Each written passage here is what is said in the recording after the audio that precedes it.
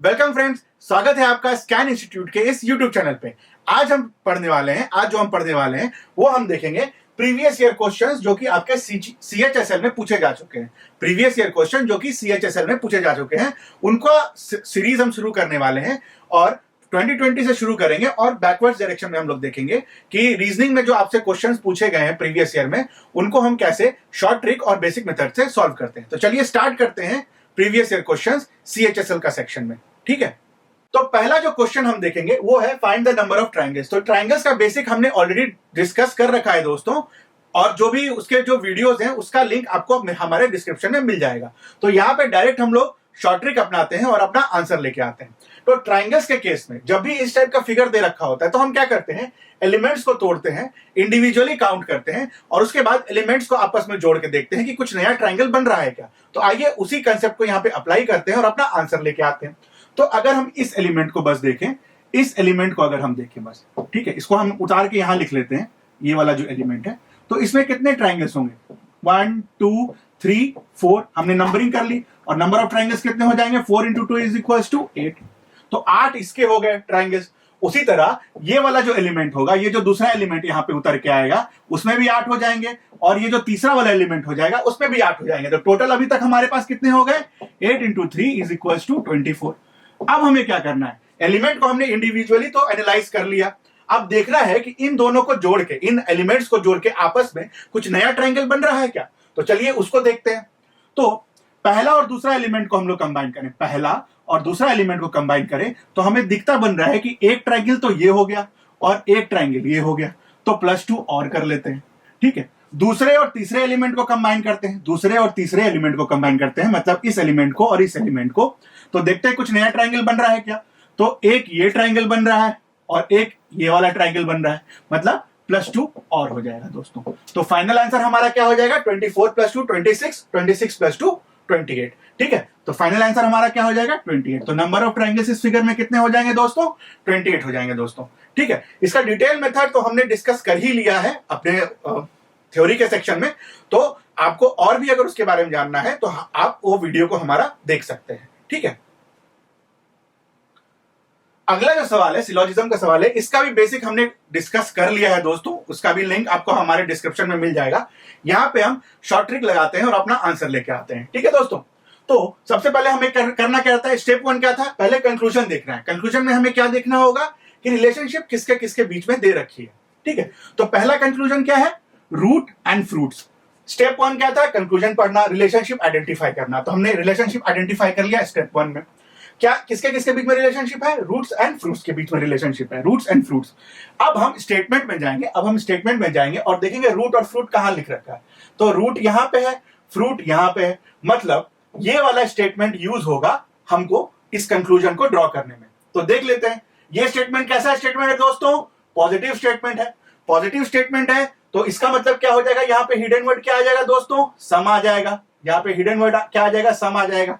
अब hidden word ये सम कैसे आया दोस्तों, ये हमने काफी डिटेल में आपके लिए 4 घंटे का वीडियो बना के रखा है सिलोजिज्म पे, वो आप वहां पे देख लीजिए, आपके सारे डाउट क्लियर हो जाएंगे। यहाँ पे हम डायरेक्ट उस पॉइंट को यूज कर रहे हैं। तो ये पॉजिटिव स्टेटमेंट है क्योंकि यहाँ पे नो या नॉट का टर्म नहीं आ रहा है। पॉजिटिव स्टेटमेंट है तो उसके करस्पॉन्डिंग हिडन वर्ड क्या आ जाता है? सम। अब हम उसको उल्टा डायरेक्शन में पढ़ लेते हैं, some root are fruits, some roots are fruit. तो यहां क्या दे रखा है? Some roots are fruit. तो ये कंक्लूजन आपका सही हो जाएगा। ठीक है दोस्तों, अब सेकंड कंक्लूजन पढ़ते हैं। सेकंड कंक्लूजन क्या दे रखा है? रिलेशनशिप किसके किसके बीच में है? फ्रूट और वुड के बीच में है। तो फ्रूट और वुड के बीच का रिलेशनशिप कहां दे रखा है? ये रहा फ्रूट, ये रहा वुड। तो इसका मतलब क्या होगा? इसका आंसर क्या चीज से आएगा? इस वाले स्टेटमेंट से आएगा। ये वाला स्टेटमेंट कैसा है दोस्तों? नेगेटिव स्टेटमेंट है। नेगेटिव स्टेटमेंट क्यों है ये?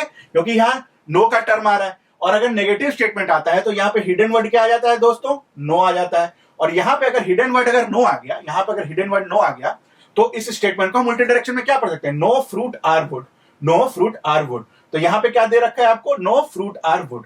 मतलब ये भी कंक्लूजन आपका सही हो जाएगा, ये भी कंक्लूजन आपका सही हो जाएगा। मतलब कंक्लूजन 1 एंड कंक्लूजन 2 फॉलोज, ये आपका आंसर हो जाएगा दोस्तों। तो सेकंड वाले स्टेटमेंट को एक बार वेन डायग्राम से भी चेक कर लेते हैं, क्या वही आंसर आएगा क्या? तो नो वुड आर फ्रूट, तो वुड का और फ्रूट का अगर हम वेन डायग्राम बनाए, ये वुड हो गया, ये फ्रूट हो गया, और इन दोनों के बीच में कोई रिलेशन नहीं होगा।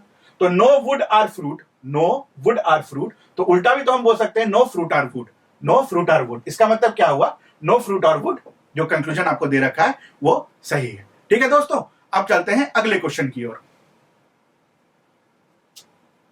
तो अगला सवाल जो आपको दे रखा है वो भी सिलॉजिज्म के ऊपर दे रखा है, तो इसको भी हम उसी बेसिक रूल बेस्ड मेथड से सॉल्व करेंगे और देखेंगे हमारा आंसर क्या आता है। ठीक है, तो some paper are pink and some pen are ink. तो पहला स्टेप हमारा क्या रहता है, कंक्लूजन पढ़ना होता है। पहला कंक्लूजन किससे किसके बीच में है, इंक और पेन के बीच में। अब इंक और पेन के बीच में कहां पे वर्ड यहां पे आ रहे हैं, यहां पे इंक आ रहा है और यहां पे पेन आ रहा है। तो इसका मतलब क्या हुआ, ये कंक्लूजन जो है इसी स्टेटमेंट से डिराइव हो सकता है। अब इस स्टेटमेंट से कैसे डिराइव होगा, तो ये स्टेटमेंट कैसा है, पॉजिटिव स्टेटमेंट है। पॉजिटिव स्टेटमेंट क्यों है, क्योंकि यहाँ पे नो और नॉट का टर्म नहीं आ रहा है। पॉजिटिव स्टेटमेंट पे यहाँ पे हिडन वर्ड क्या आता है, सम आता है। ठीक है, अब इसको उल्टे डायरेक्शन में पढ़ लेते हैं। सम इंक आर पेन, क्या है, सम इंक आर पेन, लेकिन दे क्या रखा है, ऑल इंक आर पेन। क्या दे रखा है, ऑल इंक आर पेन। इसका मतलब क्या हो गया, ये कंक्लूजन गलत हो गया। क्यों गलत हो गया, क्योंकि सम को हम ऑल नहीं पढ़ सकते। सम को ऑल हम लोग क्यों नहीं पढ़ सकते, इसका हमने डिस्कशन कर रखा है दोस्तों काफी डिटेल में। नीचे दिए गए डिस्क्रिप्शन में आपको उस सिलॉजिज्म का जो वीडियो हमने बना रखा है उसका आपको लिंक मिल जाएगा। ठीक है, तो पहला कंक्लूजन तो गलत हो गया। दूसरा देखते हैं, पेन और पेपर के बीच में दे रखा है, पेन और पेपर के बीच में आपको कंक्लूजन दे रखा है। तो पेन कहां है भाई, पेन यहां पे है और पेपर कहां है, यहां पे। इसका मतलब क्या हुआ, ये कंक्लूजन आप कैसे ड्रॉ करोगे, इन दोनों स्टेटमेंट को ऐड करने के बाद ड्रॉ करोगे। तो एडिशन कैसे होता है उसको फ्रेशली हम लोग इस पे देख लेते हैं। एडिशन हम स्टेटमेंट का कैसे करते हैं उसको हम लोग देख लेते हैं। पेन और पेपर, पेन यहां है, पेपर यहां। तो पहला स्टेटमेंट क्या है, पॉजिटिव स्टेटमेंट। पॉजिटिव क्यों है, क्योंकि नो और नॉट का टर्म नहीं है। पॉजिटिव स्टेटमेंट अगर ये हो गया तो यहां पे हिडन वर्ड क्या आ जाएगा, सम आ जाएगा। ठीक है, और यहां ये स्टेटमेंट कैसा है, ये भी पॉजिटिव स्टेटमेंट है। क्यों, यहां पे नो और नॉट का टर्म नहीं है। यहां पे हिडन वर्ड क्या आ जाएगा, सम आ जाएगा। ठीक है दोस्तों, तो हम देख सकते हैं कि हमने हिडन वर्ड तो आइडेंटिफाई कर लिया। नेक्स्ट स्टेप क्या होता है दोस्तों, नेक्स्ट स्टेप होता है आपको ये कॉमन वर्ड आइडेंटिफाई करना। कॉमन वर्ड क्या है, इंक है। कॉमन वर्ड क्या है, यहां पे इंक है। अब हमने पढ़ रखा है कि कॉमन वर्ड के पहले अगर ऑल या नो का टर्म होता है तो वो कैंसिल हो जाता है, लेकिन उसके अलावा सम अगर होता है, मतलब दोनों ही जगह पे सम आ जाए, तो ये कैंसिल आउट नहीं हो पाएंगे। क्यों नहीं होते हैं, ये हमने ऑलरेडी पढ़ रखा है दोस्तों। हम लोग डायरेक्ट इसको एप्लीकेशन करेंगे कि यहाँ पे दोनों जगह सम आ रहा है तो ये दोनों वर्ड आपस में कैंसिल आउट नहीं हो पाएंगे। इसका मतलब क्या हुआ, पेपर और पेन के बीच में रिलेशनशिप हम लोग डिराइव नहीं कर पाएंगे। इसका मतलब ये भी कंक्लूजन आपका गलत हो गया। ये कंक्लूजन गलत था, ये कंक्लूजन भी गलत था। मतलब आंसर आपका क्या आ जाएगा, नाइदर वन और टू फॉलोज, नाइदर वन और टू फॉलोज। ठीक है दोस्तों, अब चलते हैं अगले क्वेश्चन की तरफ। अगला क्वेश्चन एनालॉजी का है। ये आपसे पूछा गया है कि फार्मर जैसे फील्ड से रिलेटेड है, उसी तरह आर्टिस्ट क्या चीज से रिलेटेड होता है। तो आर्टिस्ट कहां पे काम करता है दोस्तों, आर्टिस्ट कहां पे काम करता है, थिएटर में काम करता है। तो इसका आंसर क्या आ जाएगा, थिएटर आ जाएगा। थिएटर क्यों आया इसका आंसर, थिएटर क्यों आया इसका आंसर, क्योंकि फार्मर कहां काम करता है दोस्तों, फील्ड में काम करता है। आर्टिस्ट कहां काम करता है, थिएटर में काम करता है। तो जो एनालॉजी है वो फार्मर जिस प्लेस पे आपका वर्क प्लेस हो जाए, वर्क प्लेस जो है वही आपका एनालॉजी है। यहाँ पे farmer works at field, therefore artist works at theatre. ठीक है, तो ये आपका आंसर आ जाएगा दोस्तों। क्या हो जाएगा इसका आंसर, थिएटर। ठीक है, अब चलते हैं अगले क्वेश्चन की तरफ।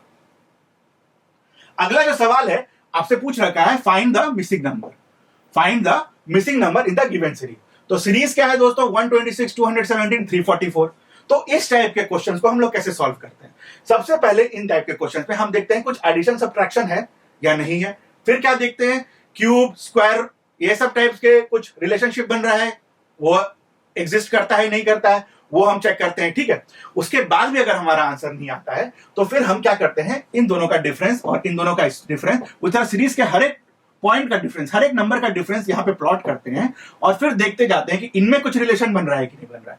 इनमें भी अगर रिलेशन नहीं बन रहा होता है तो फिर हम इन दोनों का डिफरेंस एक्सप्लॉइट करते हैं और फिर इन दोनों का डिफरेंस एक्सप्लॉइट करते हैं। इनमें कुछ रिलेशन बन रहा होता है तो उस बेसिस पे फिर हम ऊपर चढ़ना शुरू करते हैं। ठीक है, तो यहाँ पे वो करने की जरूरत नहीं है क्योंकि हमें डायरेक्टली दिख रहा है 126 कैसा नंबर है, इसके आसपास का कोई क्यूब या स्क्वायर है क्या, तो 125 इसके आसपास का क्यूब है। ठीक है, तो 125 को हम लोग क्या लिख सकते हैं, 5 क्यूब, और 126 क्या हो जाएगा, फिर 126 क्या हो जाएगा, 5 क्यूब प्लस 1। उसी तरह 217 को हम लोग क्या लिख सकते हैं, 216 को हम लोग क्या सकते हैं, 6 क्यूब, ठीक है, तो 217 क्या हो जाएगा 6 क्यूब प्लस 1। उसी तरह 343 है वो क्या है 7 क्यूब। 343 क्या है 7 क्यूब, तो 344 क्या हो जाएगा 344 क्या हो जाएगा 7 क्यूब प्लस 1। तो आप देख सकते हैं 5 क्यूब 6 क्यूब 7 क्यूब, तो नेक्स्ट क्या आना चाहिए 8 क्यूब, और प्लस 1 तो आ ही जाएगा यहां पे। तो 8 क्यूब क्या होता है हमारा दोस्तों, 8 क्यूब क्या होता है 512। 512 प्लस 1 करेंगे तो हमारा आंसर क्या आ जाएगा 513। हमारा आंसर क्या आ जाएगा 513, मतलब मिसिंग नंबर क्या हो जाएगा 513। अब आप मुझसे ये बोलोगे सर आपने क्यूब क्यों लगाया, स्क्वायर क्यों लगाया। तो दोस्तों जैसे ही आप क्वेश्चन प्रैक्टिस करते जाते हो तो ये चीजें आपको दिखने लगती है। देखो जैसे कि 126 था, 217 था, तो इसके आसपास का नंबर हमें देखना होता है कि कोई क्यूब है या स्क्वायर है, तो ये कैसे आपके अंदर आएगा। तो ये क्वेश्चन प्रैक्टिस करने के बाद आएगा। जब तक आप क्वेश्चन बहुत सारे क्वेश्चन प्रैक्टिस नहीं करोगे तब तक ये चीजें अपने आप आपके अंदर से नहीं आने लगी।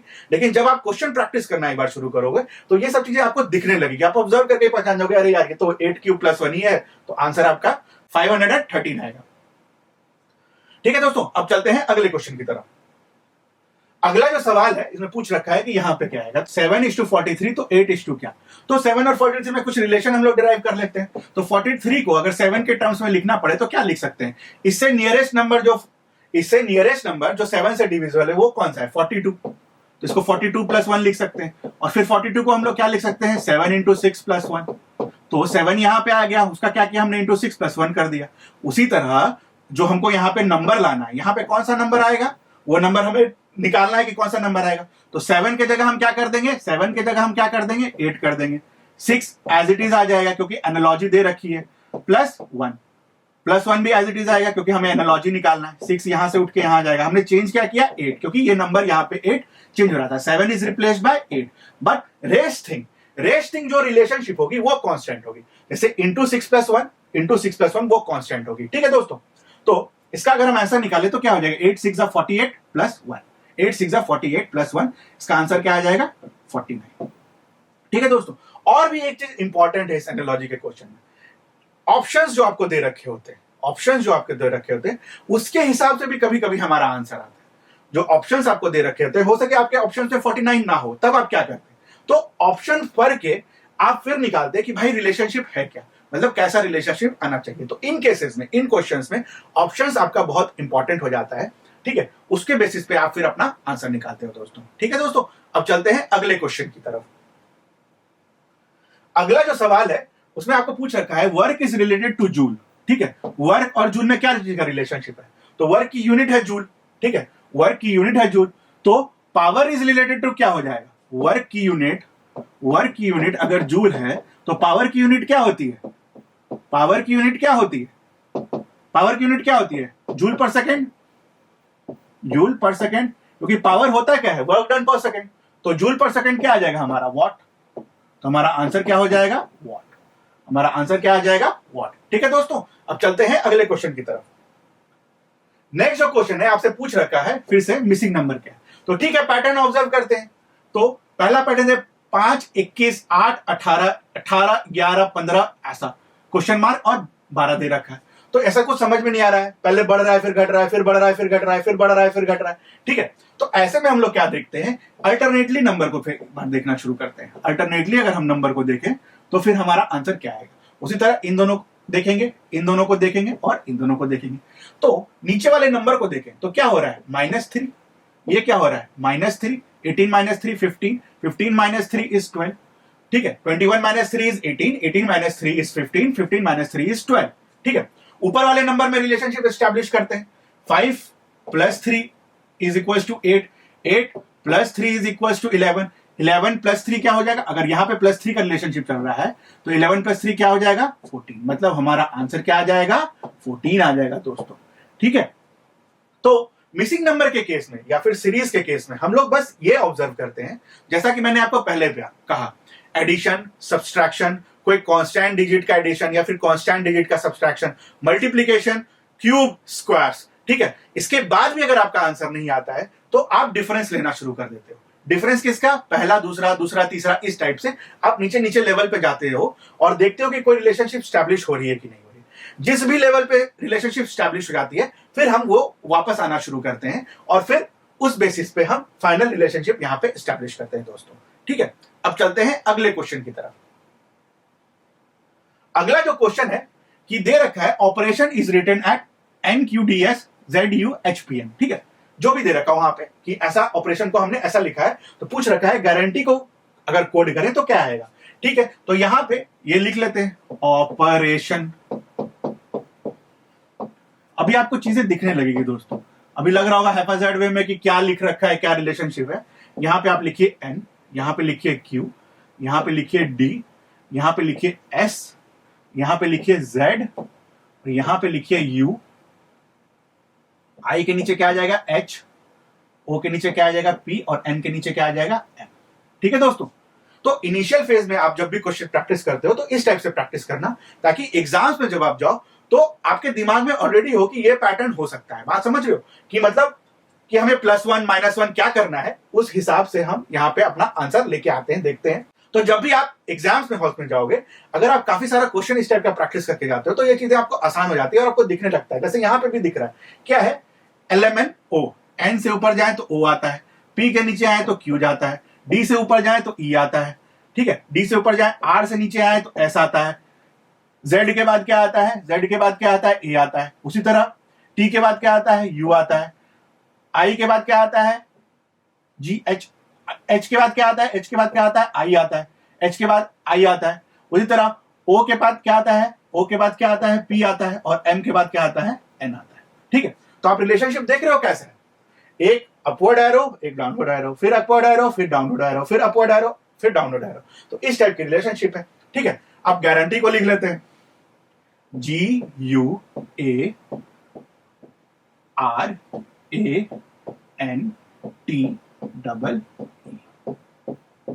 ठीक है, तो पहला रिलेशन क्या है, पहला रिलेशन नीचे से जब ऊपर जाओगे तो नेक्स्ट एलिमेंट है। ठीक है, तो यहां पे क्या आ जाएगा F, F से ऊपर जा रहे हो तो G आ रहा है। ठीक है, U के बाद क्या U के बाद क्या आ जाएगा, LMNOPQRSTU। ठीक है, तो U के बाद क्या आ जाएगा आपका V आ जाएगा, U के बाद क्या आ जाएगा, V आ जाएगा, UV। ठीक है, डाउनवर्ड एरो हो जाएगा, इसके बाद ये एरो आना है, तो ये Z, A किसके बाद आता है, Z के बाद, जब वापस से सीरीज रिपीट होगी। उसके बाद डाउनवर्ड एरो आना है, R के बाद क्या आ जाएगा, S आ जाएगा। ठीक है, उसके बाद अपवर्ड एरो आना है, फिर से यहाँ पे क्या आ जाएगा, Z आ जाएगा।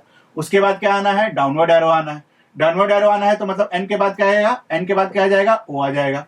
ठीक है, उसके बाद क्या आना है, अपवर्ड एरो आना है, अपवर्ड एरो आना है, अपवर्ड एरो में T आना है, यहाँ पे क्या आ जाएगा, S आ जाएगा। ठीक है, उसके बाद क्या आना है, डाउनवर्ड एरो आना है, E के बाद क्या आता है, F। ठीक है, उसके बाद कैसा एरो आना है, अपवर्ड एरो आना है, तो अपवर्ड एरो आ रहा है किसके थ्रू, फाइनल E आ रहा है, तो यहाँ पे क्या हो जाएगा, D आ जाएगा। ठीक है दोस्तों, तो इस टाइप से आप क्वेश्चंस को सॉल्व कर सकते हैं कि आप यहाँ पे रिलेशनशिप स्टैब्लिश कर लो कि क्या है। एरो तो मैंने ऐसे ही बना दिया, आप इसको +1 भी कर सकते थे, जैसे कि MNO। ठीक है, O से अगर हम N गए तो -1 हो गया, P से Q गए तो +1 हो गया। ठीक है, उसी तरह E से D गए तो -1 हो गया। तो रिलेशनशिप कैसी आ रही है, -1 फिर +1 फिर -1 फिर +1 फिर -1। तो इस टाइप की रिलेशनशिप हमारी बन रही है। ठीक है, -1 +1 -1 +1 ऐसे करके हमारी रिलेशनशिप बन रही है। तो आप उससे भी आपका आंसर सेम ही आएगा। ठीक है दोस्तों, तो आपका आंसर क्या हो जाएगा, FVZSZOSFD, guarantee should be coded as like this. ठीक है दोस्तों, अब चलते हैं अगले क्वेश्चन की तरफ। तो अगला जो क्वेश्चन है आपका, अगला जो क्वेश्चन है फिर से नंबर सीरीज का क्वेश्चन है, और पूछ रखा है कि ये क्वेश्चन मार्क वाला एलिमेंट क्या हो जाएगा। ठीक है, तो ऑब्जर्व करते हैं, तो कुछ ऑब्जर्व करने से हमें पता चल रहा है कि ये 25, 49, 81, 121 ये सब क्या है, स्क्वायर्स है। ये 5 का स्क्वायर है, ये 7 का स्क्वायर है, ये 9 का स्क्वायर है, और ये कितने का स्क्वायर है, 11 का स्क्वायर है। ठीक है, अब इन सब नंबर्स में हम देखें क्या रिलेशनशिप है, ये अल्टरनेट नंबर सारे स्क्वायर हो जा रहे हैं। तो अल्टरनेट नंबर तो हमें चाहिए नहीं, अल्टरनेट ये स्क्वायर वाले नंबर तो हमें चाहिए नहीं थे, हमें इनका रिलेशनशिप चाहिए होगा, 5, 10, 20। तो क्या हो रहा है, 5 × 2 10 हो जा रहा है, 10 × 2 क्या हो जा रहा है, 20 हो जा रहा है। तो यहाँ पे क्या आ जाएगा, 20 × 2 क्या आ जाएगा, 40। तो हमारा आंसर क्या हो जाएगा, 40 हो जाएगा दोस्तों। ठीक है, तो हमने ऑलरेडी समझ रखा है कि इस सीरीज को हमने कैसे एनालाइज करना है। मैंने पहले भी बताया, एडिशन, सब्सट्रैक्शन, स्क्वायर, क्यूब, उसके बाद भी अगर आपसे नहीं बनता है फिर एक मल्टीप्लीकेशन बचता है, वो आप यूज कर सकते हो। फाइनली क्या यूज करते हैं, डिफरेंस। फाइनली हम लोग क्या यूज करते हैं, डिफरेंस। जब कुछ भी समझ में नहीं आ रहा हो तो फाइनली हम डिफरेंस एक्सप्लॉइट करते हैं, नीचे के लेवल तक जाते हैं और फिर उस लेवल से अगर किसी भी लेवल पे एक सीरीज मुझे मिल जा रही है कि ये रिलेशनशिप स्टैब्लिश हो रहा है तो फिर हम उसके ऊपर उठना शुरू करके फाइनल आंसर अपना लेके आते हैं दोस्तों। तो यहाँ पे तो अल्टरनेट का नंबर था, अल्टरनेट सीरीज थी, ये स्क्वायर था और ये इंटू 2 था। ठीक है, ये हमने देख लिया और अपना आंसर ले आया 40। ठीक है, अब चलते हैं अगले क्वेश्चन की तरफ। अगला जो सवाल है आपसे पूछ रखा है कि एक वेन डायग्राम बनाना है मिल्क, ब्रेड और बीट। तो हमने ऑलरेडी वेन डायग्राम बनाना सीख रखा है वेन डायग्राम वाले चैप्टर में डिटेल में, हम उसको डायरेक्ट यहाँ पे अप्लाई करेंगे। ठीक है, तो मिल्क से ब्रेड की तरफ देखें, मिल्क से ब्रेड की तरफ देखें तो क्या चीज का रिलेशनशिप है, नो का रिलेशनशिप है, कोई रिलेशनशिप एग्जिस्ट नहीं करती है। उसी तरह ब्रेड से मिल्क की तरफ देखें, ब्रेड से मिल्क की तरफ देखें तो ये भी नो का रिलेशन हो जाएगा। ठीक है, तो मिल्क और ब्रेड में क्या चीज का रिलेशनशिप है, मिल्क और ब्रेड में फाइनल रिलेशनशिप क्या चीज की आई, नो की आई। चलो एक रिलेशनशिप हमने एस्टैब्लिश कर लिया। ब्रेड और बीट के बीच में क्या चीज का रिलेशनशिप होगा, नो का रिलेशनशिप होगा। क्यों नो का होगा, आइदर डायरेक्शन में आप मूव करिए, इधर से इधर मूव करिए या मीट से ब्रेड की तरफ मूव करिए, दोनों में कोई रिलेशनशिप एग्जिस्ट नहीं कर रही है। तो ब्रेड और मीट में नो का रिलेशनशिप हो गया। अब मिल्क और मीट में देख लेते हैं, मिल्क और मीट में भी नो का ही रिलेशनशिप है। आप आइदर डायरेक्शन में भी मूव कीजिए, कोई रिलेशनशिप एस्टैब्लिश नहीं होगी, ऑल या सम की, तो नो की रिलेशनशिप होगी। तो मिल्क और मीट में क्या चीज की रिलेशनशिप है, मिल्क और मीट में क्या चीज का रिलेशनशिप है, नो। और हमने पढ़ रखा है नो नो नो, 3 नो का रिलेशनशिप है। तो हमारा वेन डायग्राम कैसा बनेगा, ऐसा कुछ बनेगा। ठीक है, वेन डायग्राम कैसे बनाते हैं, नो नो के केस में, या फिर ऑल ऑल ऑल अगर आपका आ जाता, ऑल ऑल नो आ जाता। ऐसे 10 केसेस हमने ऑलरेडी वेन डायग्राम वाले चैप्टर में पढ़ रखे हैं और उसको एक्सप्लेन भी कर रखा है कि ऐसा अगर रिलेशनशिप आता है तो हम लोग उस क्वेश्चन को कैसे अप्रोच करते हैं। यहां हमने डायरेक्टली उसको यूज किया, 3 नो हमारा आ रहा था और 3 नो का वेन डायग्राम कैसा बनता है, ऐसा बनता है। तीनों में आपस में कोई भी रिलेशनशिप नहीं होगी। वेन डायग्राम बनाना भी बहुत आसान है, हमने ऑलरेडी उसको डिटेल में डिस्कस कर रखा है दोस्तों वेन डायग्राम वाले चैप्टर में। ठीक है, अब चलते हैं अगले क्वेश्चन की तरफ। अगला जो सवाल है दे रखा है sum of the ages of mother, son and daughter. Mother plus son plus daughter कितना दे रखा है, 96। After 5 years what is the sum of their ages, मतलब 5 साल बाद इनका सम क्या हो जाएगा। तो 5 साल बाद मदर का एज क्या हो जाएगा, m+5, सन का एज क्या हो जाएगा, s+5, डॉटर का क्या एज हो जाएगा, d+5। तो इसको लिख सकते हैं m plus s plus d plus 15। तो MSD की वैल्यू क्या थी, 96। MSD की वैल्यू क्या थी, 96 प्लस 15 कर देंगे तो हमारा आंसर क्या आ जाएगा, 111।